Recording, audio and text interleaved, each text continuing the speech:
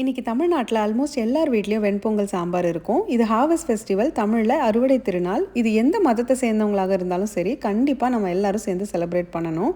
இன்றைக்கி நான் LT ஹோம்ஸோட sambar powder use பண்ணி மணமாக ஒரு கதம்ப சாம்பார் பொங்கலுக்காக சட்டுன்னு ரெடி பண்ணிட்டேன். ஒரு பாத்திரத்தில் ஒரு ஸ்பூன் எண்ணெய் ஊற்றி 100 கிராம் சின்ன வெங்காயம், 50 கிராம் பெரிய வெங்காயம், கருவேப்பிலை, ஒரு பச்சை மிளகாய் சேர்த்து ஒரு முறை வதக்கிட்டு 300 கிராம் எனக்கு பிடிச்ச எல்லா வெஜ்ஜஸும் சேர்த்து வதக்கிக்கிறேன். கூட 2 பெரிய தக்காளியும் சேர்த்துக்கிறேன்.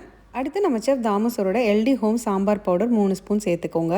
இந்த சாம்பார் பவுடர் யூஸ் பண்ணி நீங்கள் செய்யும் போது அந்த ரெஸ்டாரண்ட் ஃபீலும் கண்டிப்பாக கிடைக்கும். கூட தேவையான உப்பு சேர்த்து நல்லா கலந்து விட்டு 2 கப் தண்ணி சேர்த்து காய் வேகிறதுக்காக 10 நிமிஷம் மூடி போட்டு வேக விடுங்க.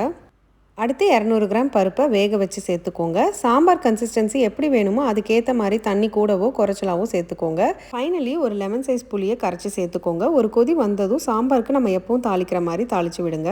கூடவே கை நிறைய ஃப்ரெஷ்ஷாக கட் பண்ண கொத்தமல்லியை சேர்த்து ஸ்டவ் ஆஃப் பண்ணிவிடுங்க. சுட சுட வெண்பொங்கலோட சர்வ் பண்ணி இந்த ஃப்ளேவர்ஸம் சாம்பாரை என்ஜாய் பண்ணுங்கள். தாமு சார் கையாலே சாப்பிட்ணுன்னு நினைக்கிறவங்க எல்டி ஹோம் சாம்பார் பவுடரை மறக்காமல் வாங்கி ட்ரை பண்ணி பாருங்கள். கண்டிப்பாக உங்களுக்கு பிடிக்கும்.